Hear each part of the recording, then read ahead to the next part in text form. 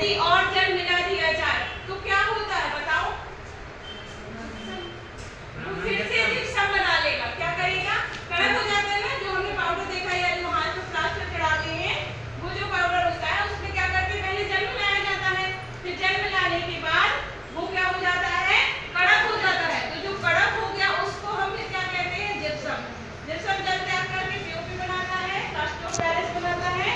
और इसको हम फिर से देखेंगे, CaSO4 × 1/2 H2O। जल का आधा अणु होता है प्लास्टर ऑफ पेरिस में। क्या है ये? आधा अणु। ये पूरा क्या है, इसका नाम क्या है? Calcium sulphate aldehyde. हाँ, और इसको हम क्या बोलते हैं, प्लास्टर ऑफ पेरिस। और ये क्या करेगा, जब 1/2 और इसमें जल के कुछ अणु मिल जाएंगे तो ये क्या बना लेगा, gypsum. Gypsum. Very good. Gypsum का फॉर्मूला क्या है? CaSO4 और 2H2O। 2H2O कैसे बना? आधा अणु ये है और 1.5 अणु ये है जल का। तो जल के 2 अणु बन जाएंगे तो ये जिप्सम बन जाएगा। क्या बन जाएगा? जिप्सम। है ना? और ये क्या है? Plaster of Paris. Plaster of Paris. इसका उपयोग तो बहुत ही आसान है, खिलौने बनाने में, मूर्तियां बनाने में, दंत चिकित्सक में दांतों की फिलिंग करने में भी इसका उपयोग करते हैं।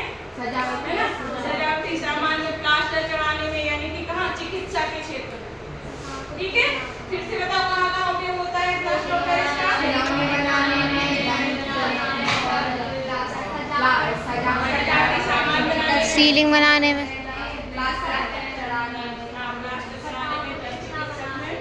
ठीक, दंत चिकित्सा में और चिकित्सा में, प्लास्टर चढ़ाने में, मूर्तियां बनाने में, सजावटी सामान बनाने में और घरों में भी सजावट के रूप में इसका उपयोग किया जाता है। तो फिर से बताओ, प्लास्टर ऑफ पेरिस का सूत्र जल्दी बताओ।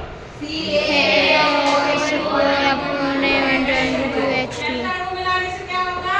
CaSO4 और 2H2O।